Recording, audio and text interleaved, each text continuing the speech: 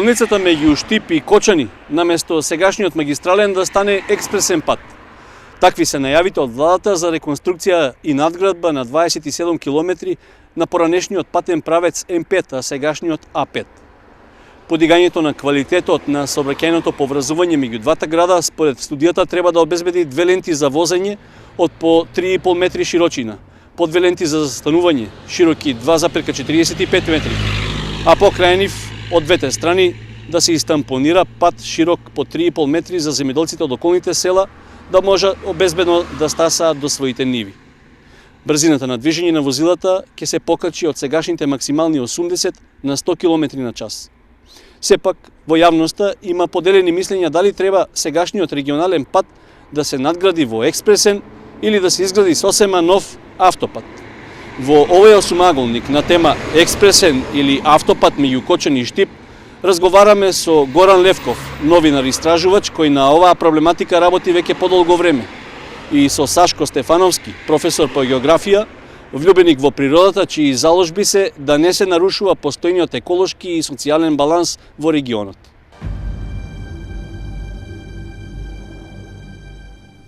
Левков, која беше првичната идеја поради која што вие сметате и се заложувате дека магистралниот патен правец Штип-Кочани треба да биде автопат наместо експресен пат како што се предлага?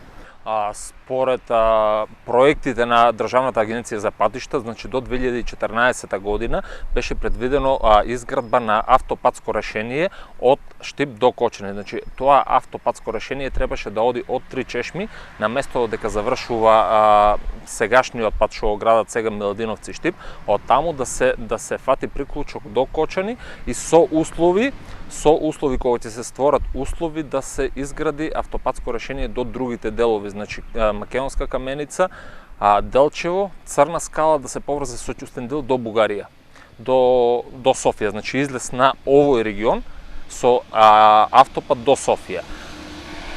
Не знаеме од кои причини владата го менува тој курс и прави некои проекти за експресни патишта. Како прво да кажеме дека како форма експресните патишта воопшто не се запишени во законите на Република Македонија и во европското законодавство. Значи експресни патишта како форми се среќаваат во нешто во Грција. Значи патишта со 3 ленти и други форми на патишта има, но експресни форми на патишта нема. Значи што предвидува тој експресен пат што сега го заговара владата и што го најавува овој директорот на Агенцијата за државни патишта. Тоа е еден пат, постоечки пат со плюс уште 2 метра од страните ленти за застанување. Значи тоа мора да го знаат граѓаните, тоа не се ленти по кои што ќе возат, туку тоа се ленти за застанување. Доколку ве фати на пример сообраќај на полиција дека возите по тие ленти ќе бидете казнети исто како да возите по забранета улица. Во текот на разговорот ние малку подетално ќе поразговараме за ова како новинар истражувач кој што веројатно се занимава подолго време со оваа проблематика. Веќе имате одредени податоци, детали кои што ќе ги кажеме во разговорот.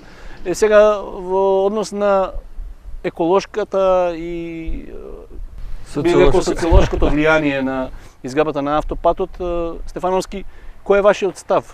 Зошто би било подобро решение автопат наместо експресен пат? Гледано од овие два аспекти. Па со самата изградба на ова сега замислено експресен пат, треба да знаат граѓаните на општина Кочани и соседните општини дека комуникацијата на луѓето од селата што се во Полскиот регион ќе биде многу отежната. Значи тие нема да може да излегуваат сега на тие места каде што излегувале, пред себе да ги споменеме тука најблиско ни се селата Чифлик и Теренци, значи тие ќе немат приклучок директно на патот, ќе морат да доаѓаат на клучка до Тркање и потоа да одат за Штип. Исто важи и за Чишиново, кај Макмлин каде што е влезо, тамо ќе се прекине.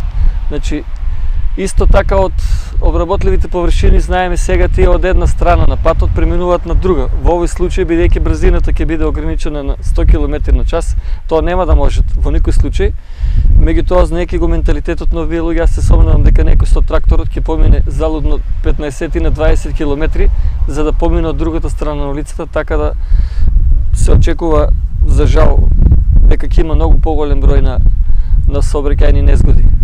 Исто така од еколошки аспект рековте фреквенцијата на возила со автопатот ќе биде за малку, значи за мал процент поголемо од колку што е сега замислена по експресниот пат. Меѓутоа време траењето на превоз ќе биде многу пократко по автопатот. Значи возилата многу помалку ќе се задржуваат на оваа делница, бидејќи тоа растојание ќе го минат за пократко и што е поважно ќе бидат пооддалечени од населените места што се тука поголемите во Полскиот регион и од плодните површини. Знаеме тука дека главна оризовата култура. Неодамна се одржа една работилница, би рекол, едно запознавање, јавна презентација на предлог решението. Се одржа таа во Облешево, имаше, би рекол, релативно слаба посетеност. Граѓаните, оние кои што се најмногу засегнати, всушност и ги немаше на таа презентација. Беа искажани некои детали, пред се во делот на еколошката заштита, би рекол, и она што ќе значи од аспект технички ова решение како експресен пат.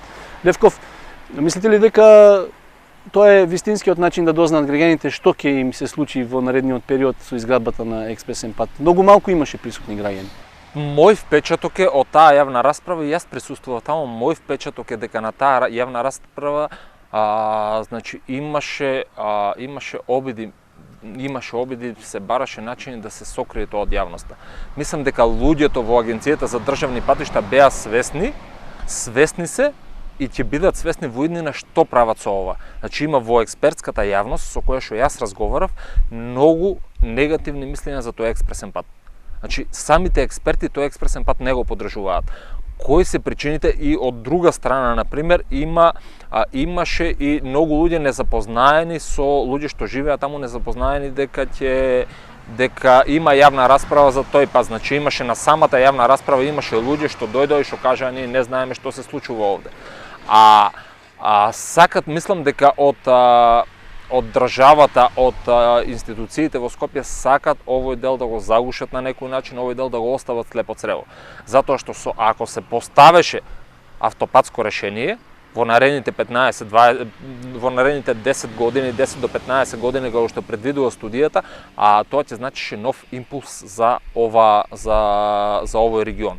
Значи тоа ќе значеше овој регион ќе добие уште една инфраструктурен објект, кој што инфраструктурен објект според големината, според капацитетот и според вредноста, според значењето за источниот регион, тоа ќе биде малтене инфраструктурен објект на векот. Ако минатиот век, значи 20-тиот век го одбележи изградбата на браната Калиманци за овој регион и знаеме колку таа придонесе, автопатско решение од Штип наваму кон бугарската граница ќе го одбележи 21-виот век. Значи тоа ќе биде најголем проект што ќе се случи. Знаеме дека секој денар вложен во инфраструктурата, враќа 3 денари. Значи, ако се вложат пари, тие ќе враќат во иднина многу повеќе како директни бенефити за регионот.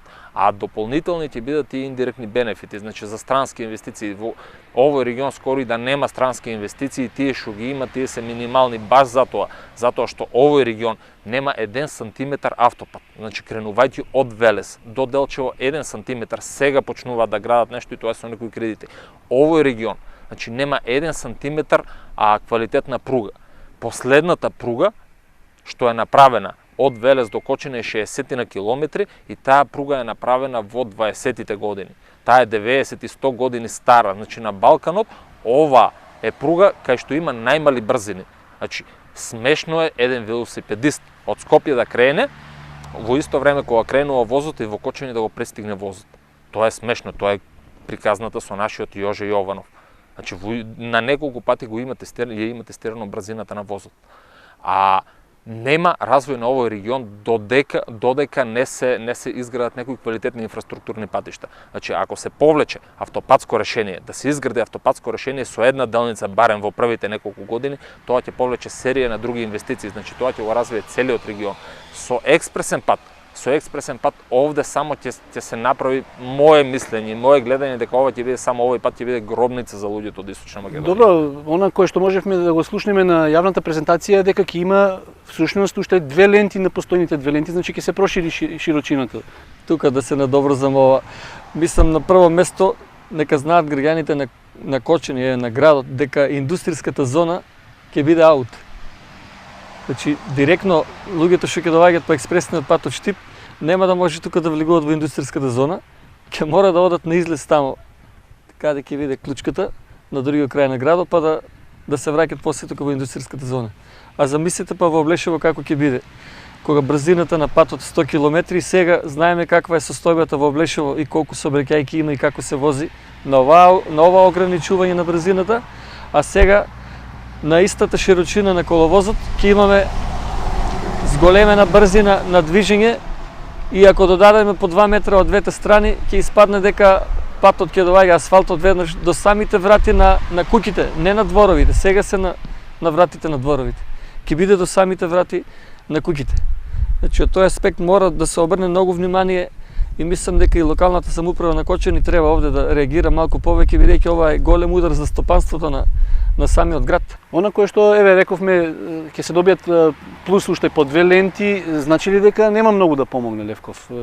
Тоа нема иш да помогне. Во безбедност. Значи во безбедноста тоа нема иш да помогне, дури и многу ќе одмогне, затоа што тие 2 ленти ќе стоат малтене така неискористени. Значи претекнувањето на возилата ќе се одвива на другата лента, значи целиот пат кој што е сега, целиот пат ќе дојде со некое мало проширување што е беззначајно. Нема проширување, 3,5 метра е коловозната лента за еден правец е 3,5 метри, пак ќе биде 3,5 метри.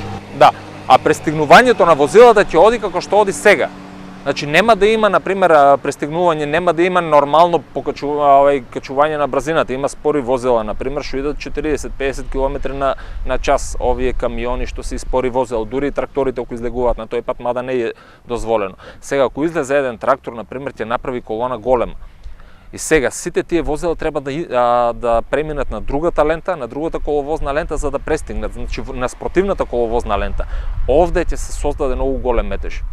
Значи метежот нема да се намали, туку дополнително ќе се зголеми затоа што тој експресен пат не го зголемува протокот на сообраќај. Мислам, не го зголемува капацитетот на патот. Значи на тие 2 ленти повторно ќе се одвива целиот сообраќај, а сега има некаде дневно според мерењата во студијата околу 6.500 возила дневно. А за наредните 8 до 10 години тој број на возила ќе нарасне некаде над 10.000 возила според проценките што се.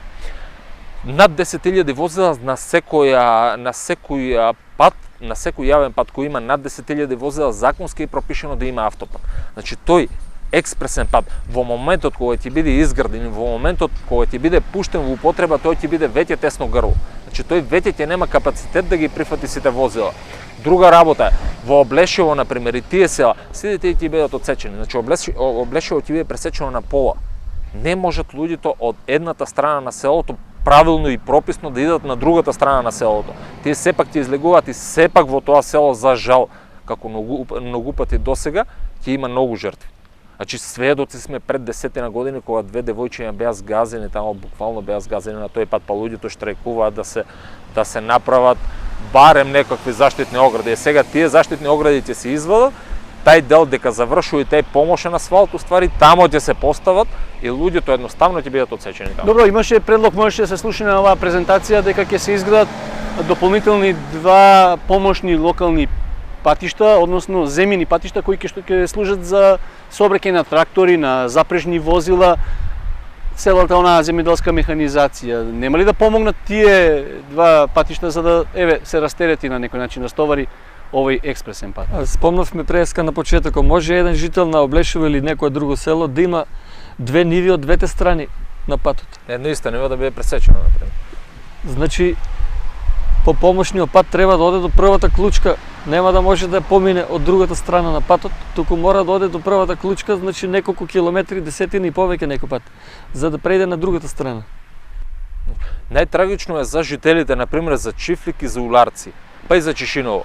Значи тие луѓе од Уларци, Теранци, ајде, мислам за обработката на земјоделско земјиште, ајде, например, да речеме од селото Теранци, луѓето немаат поддалеку е селото Теранци од патот, немаат ниви од другата страна, но селото Чифлик граничи со самиот пат. Значи во делот на кај пругата ти имат многу земја. Сите тие, например, се пристапи до таа земја, локални патчиња, а од друга страна и водна инфраструктура. Значи се тоа ќе биде прекинато. По телото на целиот овој пат има уцртано водни канали, значи канали за одводнување и канали за наводнување, може да ги видиме тука од двете страни. Сите тие ќе бидат прекинати, ова ќе биде тежок удар и врз водостопанското предпријатие Брегалница скоро добар дел, да не речам 30-40% од инфраструктурата во полето ќе биде уништена. Сега тоа е ставено како имот на водните заедници, но според мои сознанија што се таму се оди да се вратат старите решенија, значи водостопанското предпријатие Брегалница повторно да си ја врати собственоста на таа детална каналска мрежа што е. И тука ќе има голема штета врз нив. Знаеме тие во која состојба се, голем дел од нивите, ако продолжи, например, со изградбата на тој пат, ако не се направат дополнителни водна инфраструктура, например, ќе донесе до нови поплави во Чешиново, нови поплави во Чифлик, во Облешево, во Уларци, например, ако не и се направат одводни канали. А никаде во проектите не се предвидени изградба на тие одводни канали. Никаде во тие проекти што се прават за тој експресен пат не е предвидена преместување на деталната каналска мрежа за наводнување, ниту за одводнување. Проблем за Кочани исто така, што за исклучување на Кочани нема да има клучка. Последна клучка ќе има на ова место каде што седиме сега, во Тркање. За приклучок на индустријската зона, во Кочани нема да има посебна клучка. За некој иден пат, што општината планира да го гради од потегот Подлошки пат кон Бели, и таму нема да има исклучување за пониква за тој пат. Значи, моментално тој експресен пат е ужасен и катастрофален за овој регион. Значи, бидејќи ќе има проширување, нели, рековме од двете страни на постојниот коловоз, значи дека ќе мора да се земе и земјоделско земјиште ново. Тоа сака сега уште од два аспекти да погледнеме. Едно со експроприација после на земјиштето. Со градба на овој експресен пат, фактички ќе изгубиме многу хектари на од најквалитетната почва од тука од полето што е, а нашата солуција што мислам ние што ја подржуваме за автопат сепак оди по ивицата на Кочанска котлина, каде што бонитетот на земјиштето е многу послаб и таму многу поевтино ќе се помине. Така, мислев да тоа го оставиме за втор дел од разговорот, што вие предлагате, односно за што вие се залагате. Рековме дека на таа презентација беше споменато, мислам, колкави површини ќе бидат одземени од ова првокласно земјоделско земјиште каде што поминува и сегашниот пат, значи оризови ниви ќе се уништат. Беше кажана некоја површина од се уништат директно, а ќе се уништат и индиректно. Мене повеќе ме загрижува и ова што спомна колегата, сакаме пониква да го правиме, нели, тука туристички центар. Туристички големски центар, сега вака нема да имаме приод директно кон патот за Пониква, ќе мора да се оди неколку километри на клучка за да се исклучите за да влезете во градот од другата страна, па после да се приклучувате. А плюс да се навратам на безбедноста. Имаме сообраќај, значи во двата правци кои што физички не се одделени возила, таа ќе се вози по 100 километри. Значи тука автоматски е најнебезбедно разминувањето ќе биде, да не зборуваме за претекнување. Значи имаме само во што ќе биде корекцијата на делницата Кочани-Штип. На неколку места ќе бидат неколку кривини исправени за да се овозможи таа поголема брзина. Ќе се вози во двата правци по 100 километри двете возила, а меѓу нив ќе нема физичка разделеност, така да мало невнимание или обично каменче да имате на патот, возилата многу близко се разминуваат на 1 до 2 метри. Мислам дека тука безбедноста е многу спуштена на многу пониско ниво. Левков, во студијата е испланирано некоја сума одредена која што ќе биде потрошена за да се изгради овој експресен пат. Беше кажано на јавната презентација дека таа сума навистина е ниска, веројатно ќе биде покачена во текот на изградбата на патот. И вие кажавте тогаш дека разликата меѓу трошоците за изградба на експресниот пат и евентуално изградба на нов автопат не е многу голема. За колкава сума се работи? Па добро, тоа се некои смешни суми, например, разликата е за некои смешни суми, за тоа што ќе се постигне. И во делот на парите, да речеме на владата да е некој приоритет да се и парите, да нема пари, па да речеме да гради експресен пат. Значи, тие предлагаат со некоја студија, со некои нивни изјави, например, дека тоа ќе биде направено за 23 милиони евра. Последно беше директорот на државни патишта, спомна некаде околу 30 милиони евра. Значи, теоретски шанси нема тој експресен пат да се изгради за 30 милиони евра. Од друга страна, автопатското решение треба да чини некаде околу 70 милиони евра. А експресниот пат со сите тие негови детали што треба да се направат, моја проценка и проценка на експертите со кои разговарам и истражувам оваа тема, значи не е испод 50 милиони евра. Значи разликата е 20 на милиони. Дали и толку ќе има? Значи дали 20 на милиони евра, тие 20 милиони евра за регион како што е овој, од Кочани до Берово до Делчево се ништо за 20 и за 30 години. Значи тие 20 милиони евра малтене за првата или втората година ќе се вратат доколку се изграде автопат. Значи со тоа автопатско решение ќе се решат многу проблеми и многу повеќе бенефити има, што самиот автопат ќе си ги врати тие пари, значи ќе ги врати од патарини и самиот автопат ќе ги врати со привлекување на нови можности за регионот. Значи има опции според студијата за изградба на автопат, значи автопатот како автопатското решение за овој регион е оправдано и е препорачливо од експертите што ја правеа студијата. Значи таа истекува до 2015 година, нивна препорака беше за неколку години дека може слободно овој регион да има толков капацитет на возила и толков проток на сообраќај за да ги исполни сите барања на автопатот и економски, и социолошки и така. А мерењата се правени последно 2010 или 2011 година, колку што се сеќавам, до 2015 година веќе ти излегува. Значи повторни мерења да се направат, можеби веќе автопатското решение ќе биде многу поисплатливо. И веќе ќе бидат возможни, например, нема да има, например, стравување дека тоа ќе бидат потрошени пари, кои што пари утре нема да се вратат. Тој пат ќе повлече многу сообраќај од Благоевград, од таа делница што е од Софија за Солун, ќе повлече од оваа страна према Велес, према Битола за и Губеница пристаниште дошо во Грција за пристап до европските други пристаништа или до европските коридори. Разликата, драстична разлика има во однос на парите што ќе бидат заштедени и привлечени како регион. Значи, доколку се изгради автопатско решение, регионот ќе потроши некаде околу 400 до 500 милиони евра во наредните 20 години за одржување и за гориво и за сите други трошоци што ќе ги влече. Доколку се изгради експресен пат, тие трошоци на регионот ќе бидат некаде околу 900 милиони евра. 800 до 900 милиони евра, доколку се остави без никакви инвестиции, тоа ќе бидат милиарди и 100 милиони евра во наредните 20 години. Значи, ако малку ги погледнеме работите пошироко, како што треба да ги гледат проектантите и како што треба да ги гледат градежници, значи ќе видиме дека тој експресен пат и тоа решение едноставно не соодветствува на приликите во регионот. Значи тие луѓе од Скопје треба да дојдат тука, да видат, да ги измерат работите и реално да ги постават доколку сакат овој регион да го развиват. Овој регион моментално е најнеразвиен во Македонија. Просечната плата во овој регион е 15.000 денари. На ниво на Македонија е 22.000 денари, Скопје е некаде околу 26 до 7.000 денари. Тоа се податоци на Државниот завод за статистика. Овој регион, јас бев сега пред месец дена некаде правев репортажа во Италија, регионите кај што се најиселени македонци. Значи, Кочани, Виница, Македонска Каменица и Делчево, таму само во тој регион, Асти, Алба, Канели, Ница, Монферато, во неколку града има околу 40.000 македонци. А од Кочани до Делчево и Берово има околу 100.000 жители. Значи 40% од населението во последните 10 до 15 години е заминато. Ако се продолжи со овој тренд на неинвестирање, ако се продолжи со овој тренд на запоставување на регионот тука, веќе нема кој да остане. Значи ќе се иселат сите. Сакам уште да додадаме на друга работа. Значи државата, според законот за рамномерен регионален развој, има обврска во овој регион годишно да префрла некаде под 15 милиони евра. Значи според устав е пропишено дека 1% од бруто домашниот производ на државно ниво треба да оди за рамномерен регионален развој.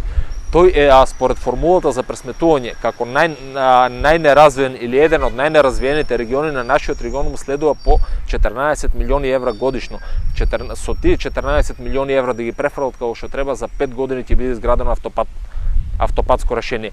Тие префрлат годишно некои смешни суми и тоа за Штип, не само за Кочани, за најамо од Штип до Делчево некаде 200.000 евра до 300.000 евра. Мислам тоа е смешно.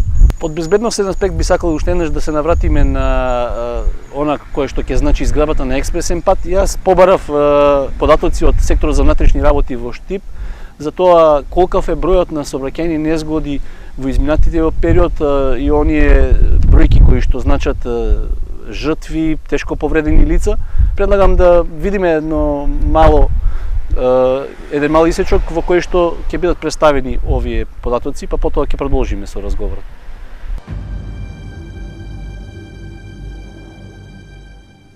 За само 2 години, односно во 2013 и 2014, на делницата меѓу Штип и Кочани се случиле 69 сообраќајни несреќи, што влегле во евиденцијата на секторот за внатрешни работи Штип.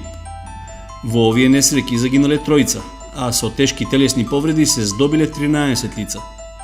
Исто така, 43 лица завршиле со други потешки телесни повреди, а 36 мина се здобиле со полесни повреди.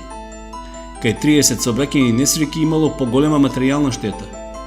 Секторот за внатрешни работи Штип делницата меѓу двата града ја дели на два дела, односно Штипски од Штип до мостот кај Зетовска река и Кочански од истиот мост до влезот на Кочани. Во 19 сообраќајни несреќи што се случиле на Штипскиот дел во изминатите 2 години имало 2 загинати лица. 13 завршиле со тешки телесни повреди, 18 имале полесни повреди, а во 11 случаи е забележана материјална штета. На Кочанскиот дел пак се случиле 37 сообраќајни несреќи, во кои загинало едно лице. 7 мина имале тешки телесни повреди, а 18 биле полесно повредени, додека во 19 случаи е регистрирана поголема материјална штета. Полицијата ги забележала и така наречените црни точки, каде најчесто се случувале несреќите. На Штипскиот дел тоа се местностите Трската и Солак, во близина на селата Чардаклија и Балван.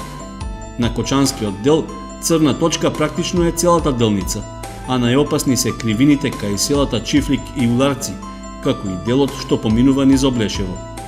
Според полицијата, најкритичен момент за настанување сообраќајки е периодот после првиот дожд, кога на асфалтот се јавува лизгав слој од прашина и кал, најчесто поради излегување на земјоделска механизација на коловозот.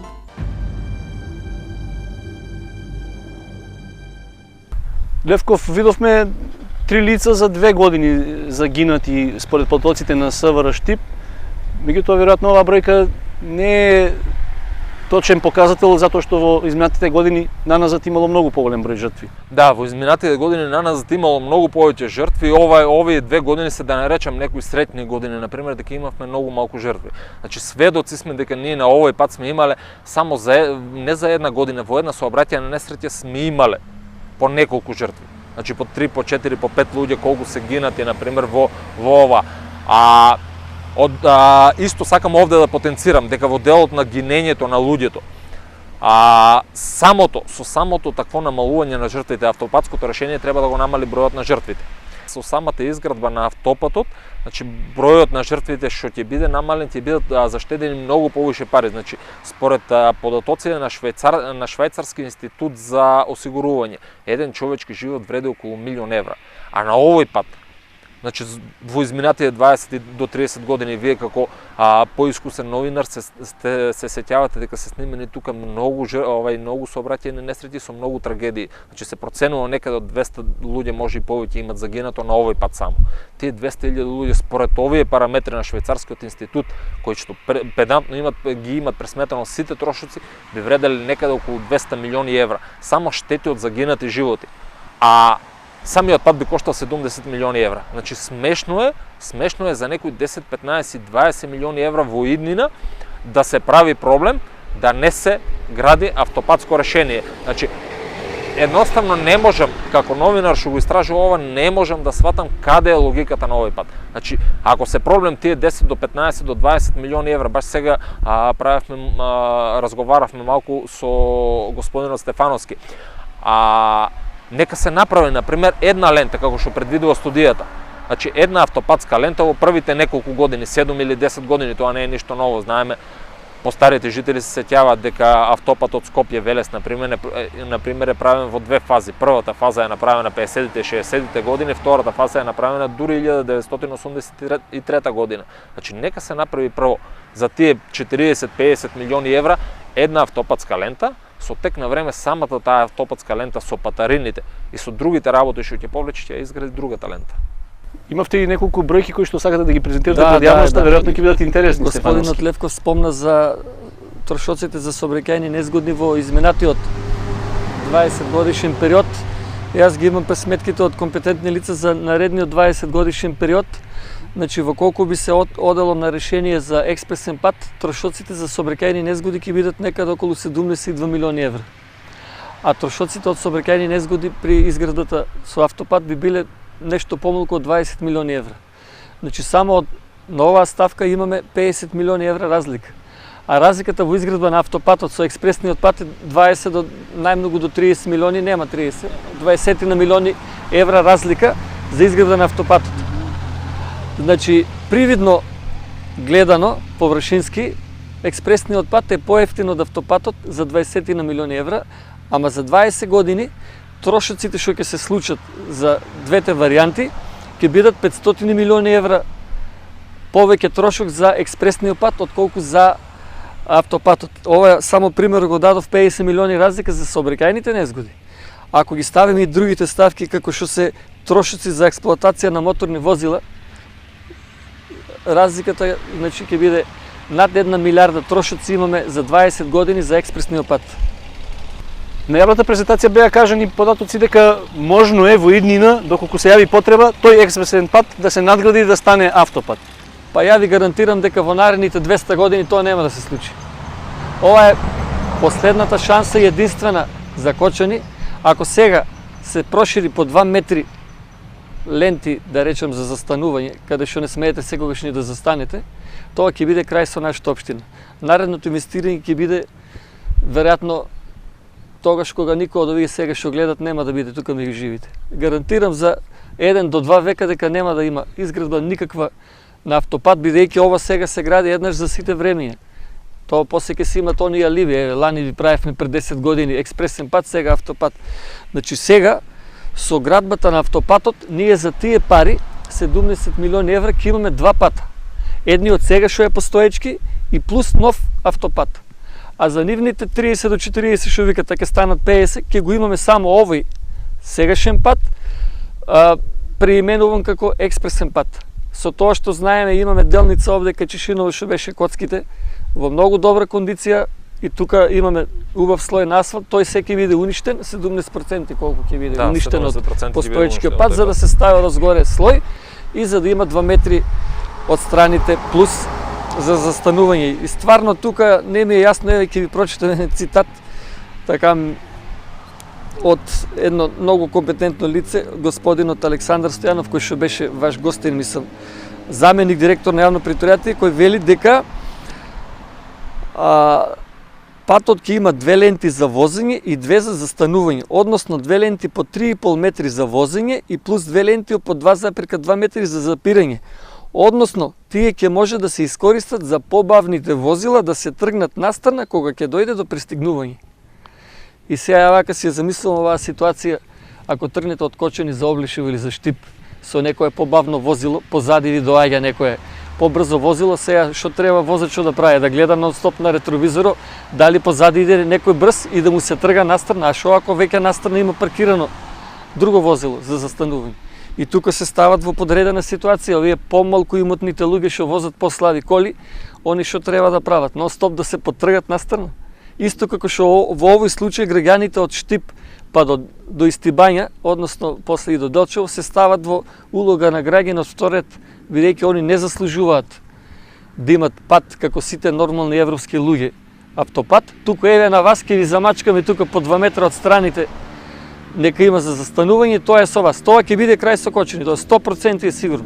Левков, која е таа опција да се изгради автопат на друга локација, односно по друга траса?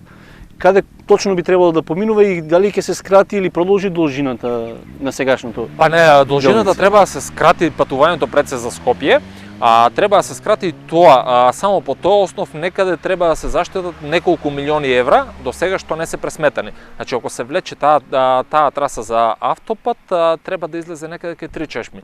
Просторот што од Штип до 3 чешми. Значи на тој капацитет на возила по 10.000 возила што ќе трошат гориво и тоа ќе чини некаде од 5 до 10 милиони евра според некои груби пресметки. Значи тоа никој го нема пресметувано до сега, тоа ќе кошта некаде од 5 до 10 милиони евра. Само во тој дел може да се преклопат разликите помеѓу експресниот пат и автопатско решение. Значи, заштедите на автопатско решение може да се најдат секаде. Значи, каде и да побарате, во која ставка и да побарате, автопатското решение е многу подобро. Таа траса би поминувала таа траса беа друго предвидени две траси. Значи беа предвидени две траси првично кога се правеа студиите. Едната траса беше од страната на селата Теранци, Видовиште, Мородвис да излегува во Караорман. Втората траса беше од страната на селата од Тракање да излегува покрај Бања, Спанчево, под Бања, Спанчево, Соколарци, преку Пишица да излезе директно на Три чешми. Според проценките таа е најдобрата траса. Таа е најдобрата траса затоа што го скратува од една страна патот за Скопје, од друга страна. Значи таму има повеќе простор, има ниско бонитетно земјиште. Значи само во делот можеби на селата Спанчево и Соколарци има некоја земјиште прва класа, па и Бања. Натаму за земјиштето е се втора, трета, четврта класа. Натаму зафаќаат делови на ридишта, каде што е многу поевтина изградбата на автопат, затоа што дел од ридиштата може да се земе како материјал, што ќе се потпунува тој послабиот дел што е. Веројатно има и државно земјиште. Да, целото е државно земјиште таму. Значи кога ќе кренете на потегот после Злетовска река, натаму најголем дел од земјиштето е блокови државно земјиште што сега е дадено на концесии на неколку години. Трошоците за експроприација на тоа земјиште ќе бидат многу помали во однос на трошоците на експроприација што ќе бидат за експресниот пат. Значи за експресниот пат по целото тело на патот ќе има експроприација на првокласно земјиште. Значи 95% од земјиштето ќе биде првокласно со прва класа што е со највисок бонитет и што има највисоки приноси. Знаеме дека до 90-тите години Министерството за земјоделие имаше законски решение и силно се бореше првата класа на земјиште да се зачува. Значи што е можно да се гради по послабо бонитетно земјиште, затоа што економските аспекти и економските придобивки од првокласното земјиште се многу поголеми.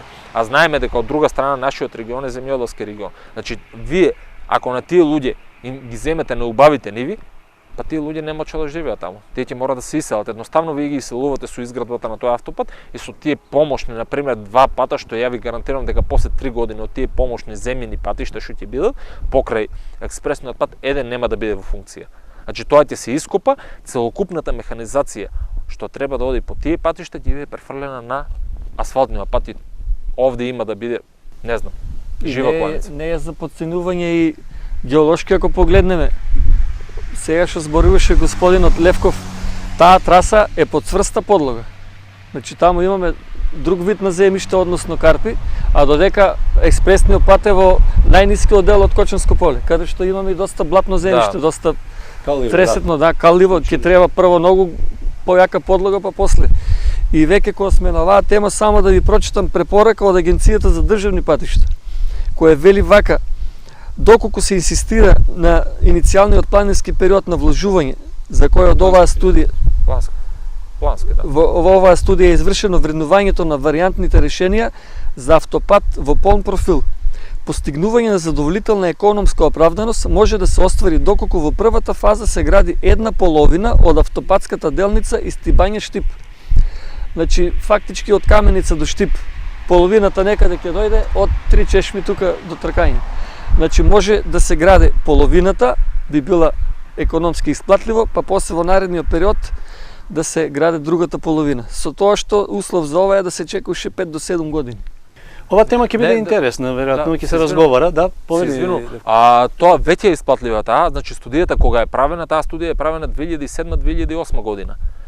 Веќе изминува тој период, тие 7 години, значи тоа е 2015-2016, во градежништво 2 години се како утре. Дали и како утре, веќе ако не е 12,5, не 5 до 12, туку 12,5 2 години во градежништвото.